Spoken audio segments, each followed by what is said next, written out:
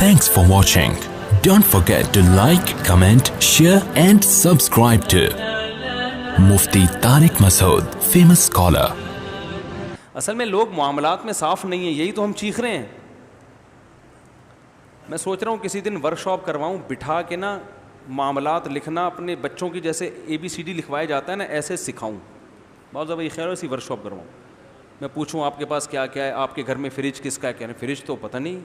کیوں نہیں پتا بھائی, مر گئے تو 50,000 کا تو یہ فریج ہے, کس کو وراثت ملے گی؟ لکھو لکھو یہ کس کا ہے, ہر چیز طے کرو. اتنا پیسہ کاروبار میں انویسٹ کیا ہوا ہے, آپ مر گئے تو وہ کس کو ملے گا؟ پتہ ہی نہیں بھائی کس کو ملے گا, کیا ملے گا. بس یہی کہ میں کیوں مروں, کس نے کہا میں مر رہا ہوں. ارے بھائی میں نے اچھے دیندار لوگوں میں تلواریں چلتی ہوئی دیکھی ہیں, لڑائی ہوتے ہوئے دیکھی ہے. اب تو میں یوٹیوب چینل والوں سے کہتا ہوں جو یوٹیوبرز ہیں, یہ لوگ بھی پیسہ کما رہے ہیں نا, تو جو چینل کا جیسے میں نے بتایا نا, جو میرا ایڈمن ہے یوٹیوب پہ, ان کو میں نے فون کیا, بھائی یہ چینل تو سارا آپ کے کنٹرول میں ہے, پاسورڈ آپ کو معلوم ہے, تو مر گئے تو پاسورڈ تو قبر میں چلا جائے گا. ٹھیک, تو بیانات کے لیے کیا دوسرا چینل بنائیں گے؟ تو میں نے کہا بھائی کون ہے آپ کے بعد نامزد, حالانکہ جوان لڑکے ہیں ماشاءاللہ, احمد طالب, اللہ ان کی عمر میں برکت دے, بڑا کام کیا انہوں نے, سارا چینل وہی چلا رہے ہیں بڑے اخلاص کے ساتھ. تو میں نے کہا مر گئے تو کون اس کو سنبھالے گا؟ تو انہوں نے کیونکہ بیان سنے ہوئے الحمدللہ, انہوں نے بتایا کہ مجھے بتایا فلاں بندے سے رابطہ کر لینا, وہ چلائے گا, اس کو پاسورڈ بتایا ہوا ہے. اور پاسورڈ بھی ایسے آدمی کو نہیں بتایا جاتا کہ پتہ چلا وہ ایک نئی ٹینشن کھڑی ہو گئی. تو یہ سارے چیزوں پہ ورک کرنا چاہیے. ہم تو سوچتے رہتے ہیں اللہ کا شکر ہے. ان کو میں نے بتایا میں مر گیا تو کیا ہوگا, آپ مر گئے تو. میں ہر وقت جو بھی مجھ سے ملتا ہے نا, کوئی معاملہ کرتا ہے, میں پہلا سوال پوچھتا ہوں مر گیا تو کیا ہوگا, تو مجھے پہلے اس کا جواب دو. کیونکہ بڑی پیچیدہ دینداروں میں بڑی لڑائیاں ہو رہی ہیں. تو اب یوٹیوب کی بات آئی ہے تو یہ بھی ایک مصیبت ہے. میں جو بڑے بڑے یوٹیوبرز ہیں جو پیسہ بھی ٹھیک ٹھاک کما رہے ہیں, ان سے پوچھتا ہوں تم مر گئے تو کیا ہوگا, یہ پیسہ کس کو ملے گا؟ ان کے پاس اس سوال کا جواب نہیں ہوتا. خاص طور پہ جو دیندار لوگ ہیں نا, تو بھائی یہ کوئی ٹرسٹ میں دے دو یا کیا ہے, اس کے بعد کون چلائے گا, کون اس کا والی وارث ہے, کسی کے پاس اس سوال کا جواب نہیں ہوتا. خاندانی لڑائیاں ہو جائیں گی. ابھی تو یوٹیوب نئے آئے, اتنی موتیں نہیں ہوئی ہیں. کیونکہ میں نے کہا بھائی جان یہ تو ابھی مستقبل میں ایک نئی جنگ چھڑے گی کہ یوٹیوب کا اونر مر گیا تو یہ چینل بیوی کا ہے, بچوں کا ہے, وراثت جاری ہوگی, کیا ہوگا؟ کسی کو اس سوال کا جواب عام طور پہ پبلک کو معلوم نہیں ہے. اور پھڈے سامنے آنا شروع ہو گئے, کیسز آنا شروع ہو گئے. ہم نے تو پیش گوئی کی تھی, کیسز بھی سامنے آ گئے ہیں کہ جی فلاں کا انا للہ ہو گیا, ان کا چینل پہ لڑائیاں ہو رہی ہیں اب, کیونکہ مشہور چینل ہو گیا. فلاں کہہ رہے میں یہ اس ویڈیو کا اونر میں ہوں, وہ کہہ رہے یہ کاپی رائٹ کا حق وہ تو یوٹیوب نے دیا ہوا ہوتا ہے جس کو, لیکن شرعی طور پر کون ہے؟ نہیں یار یہ بات دیکھو. ایک میرا پلاٹ ہے, میں اپنے بڑے بیٹے کو وصیت کر کے چلا جاتا ہوں کہ میرے بڑے بیٹے کو یہ پلاٹ ملے گا میرے مرنے کے بعد, تو قانونی طور پر بین الاقوامی قانون یہ کہ بڑے بیٹے کو ملے گا. شریعت اس قانون کو نہیں مانتی. ایسے یوٹیوب کا بھی یہ قانون ہے شرعی.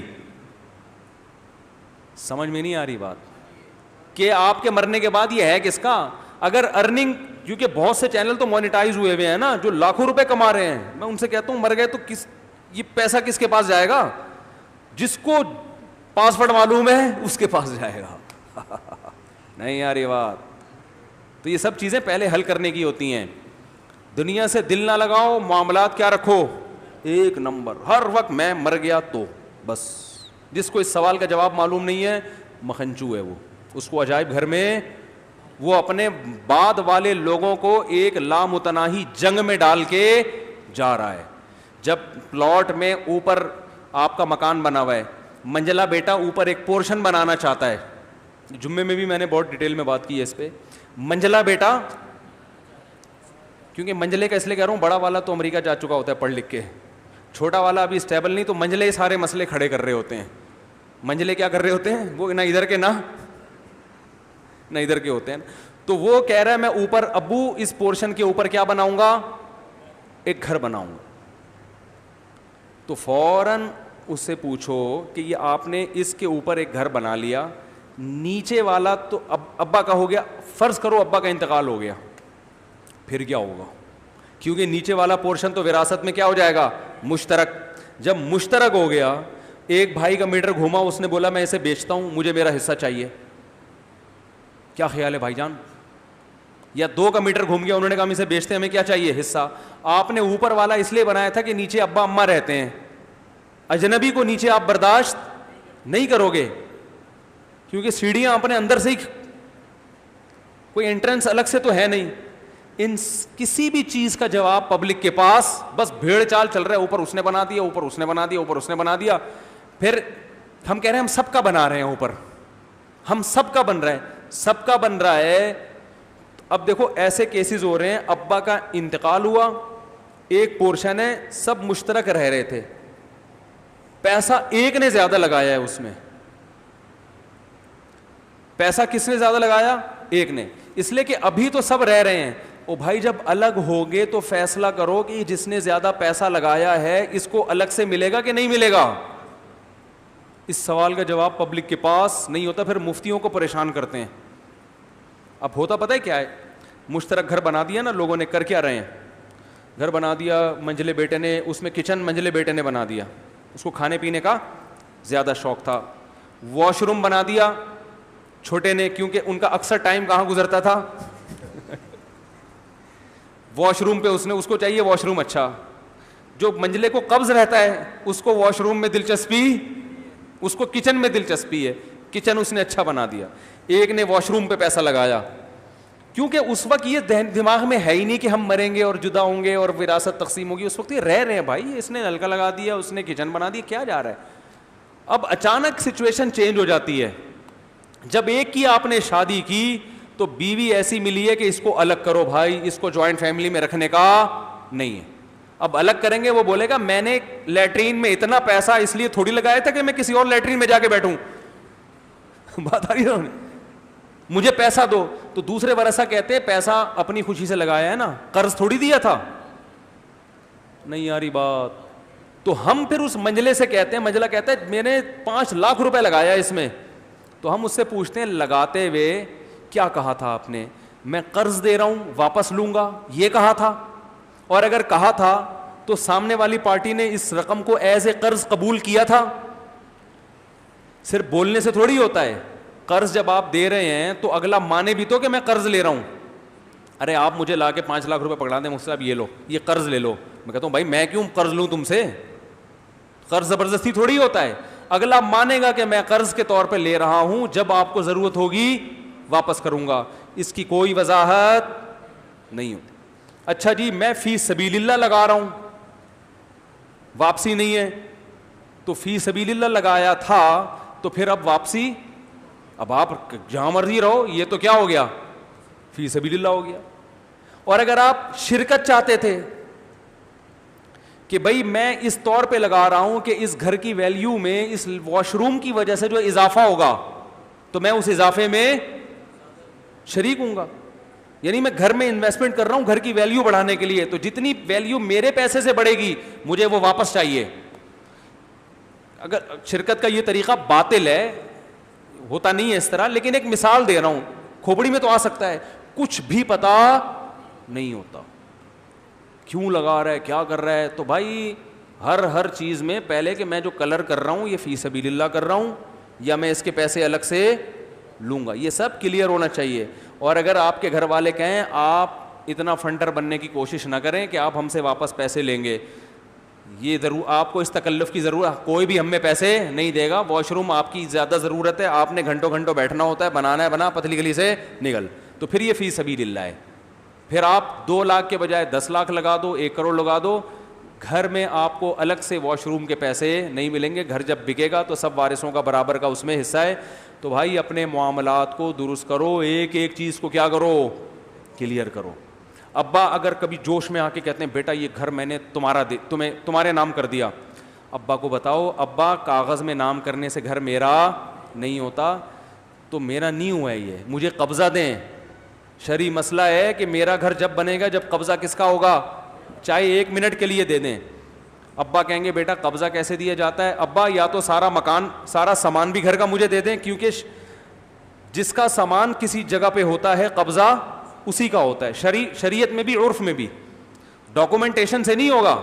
ڈاکومنٹ میں تو بعض دفعہ دیکھو زرداری صاحب نے کتنی پراپرٹی ہے لیکن ساری اپنے نام سے ہے،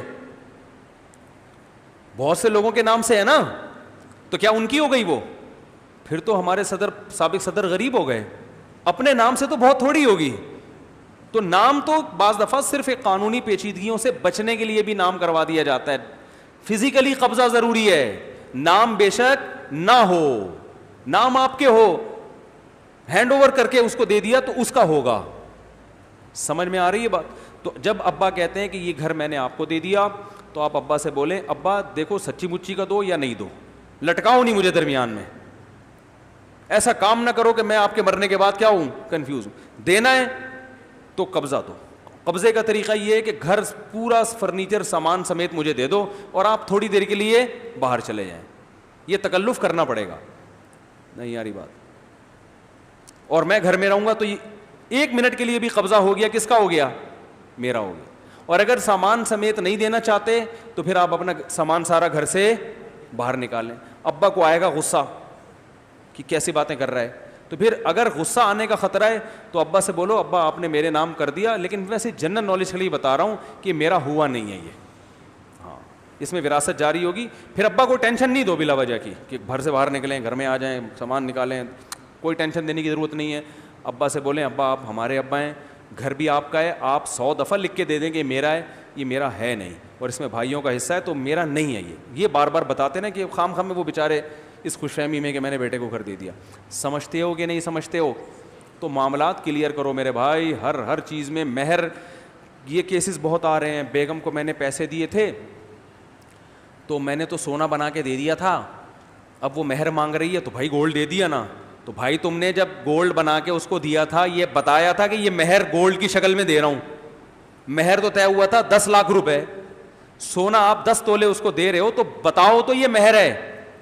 بتائے بغیر دو گے تو یہ گریبی ہے، گریبی، یہ مہر نہیں ہے.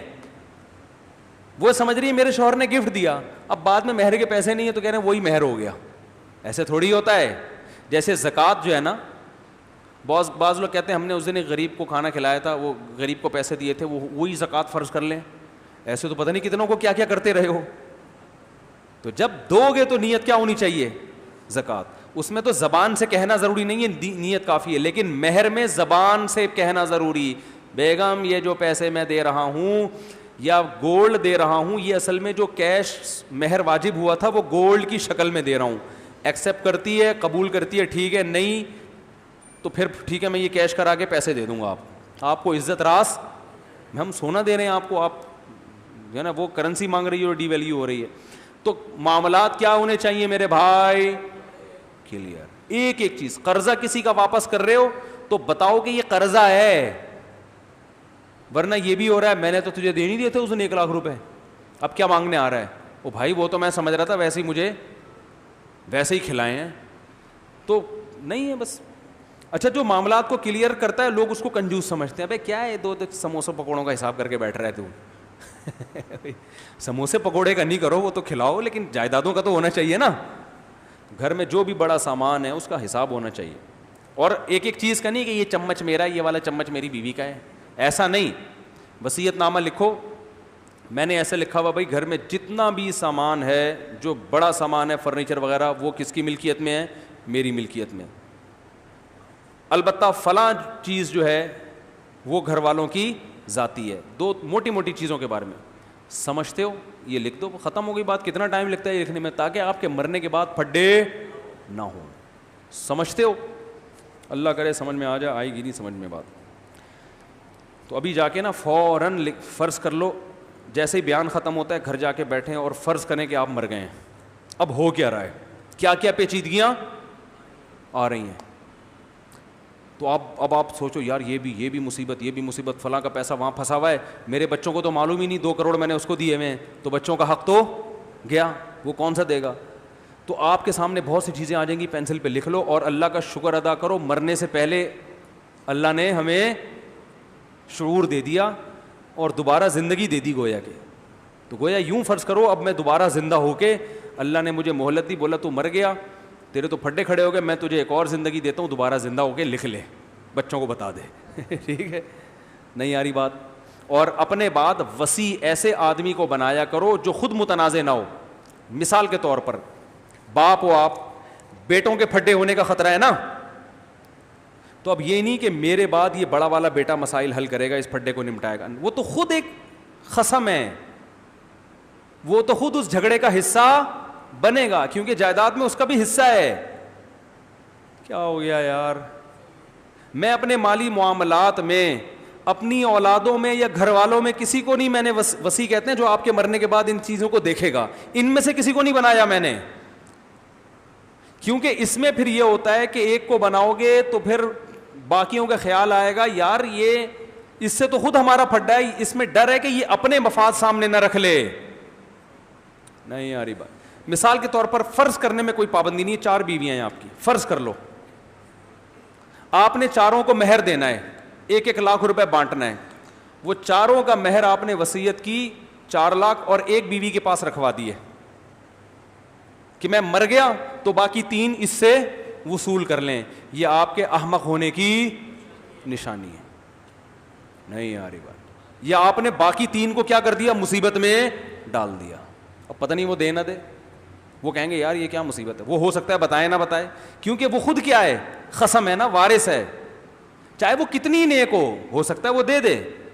تو اسی طرح جب وصیت کی جاتی ہے تو جو خود اس میں انوالو ہوں گے نا, جن کو ملے گا, نہ ان کے علاوہ 3rd پرسن حل کرے گا جس کا کوئی مفاد نہیں ہوگا. وہ دیکھے گا بھائی کس کو کیا دینا ہے. لوگ بڑے بیٹے کو بنا کے چلے جاتے ہیں, بڑے بیٹے کے تو چھوٹے بھائیوں سے ویسے اختلافات ہوتے ہیں, چھوٹے بھائیوں کو تو بڑے پر ویسے ہی ہوتا ہے, یار یہ ابا کی یہ بڑا تھا تو پتہ نہیں چھپا کے نہ بیٹھا ہوا ہو, بتا نہ رہو. ایسے کیس آئے ہیں, خاتون نے کہا ہمارے ابا کا انتقال ہوا تو لاکر میں کیا ہے, وہ لاکر کا پاسورڈ ابا بڑے بیٹے کو دے کے گئے تھے کہ تو میرے مرنے کے بعد لاکر کھولے گا. اب پتہ نہیں یہ بتا ہی نہیں رہا کہ کتنے پیسے, سب کے سامنے کھول نہیں رہا وہ. میں نے کہا ابا نے حماقت کی ہے. کیا کیا بھائی, پاسورڈ ابا بڑے بیٹے کو دے کے چلے گئے. بے شک وہ نیک ہو, لیکن شیطان کو بدگمانی پھیلانے کا موقع مل گیا. 3rd پرسن کو دے کے جائیں جس پہ اعتماد ہو. تو یہ باتیں سیکھ لو یار.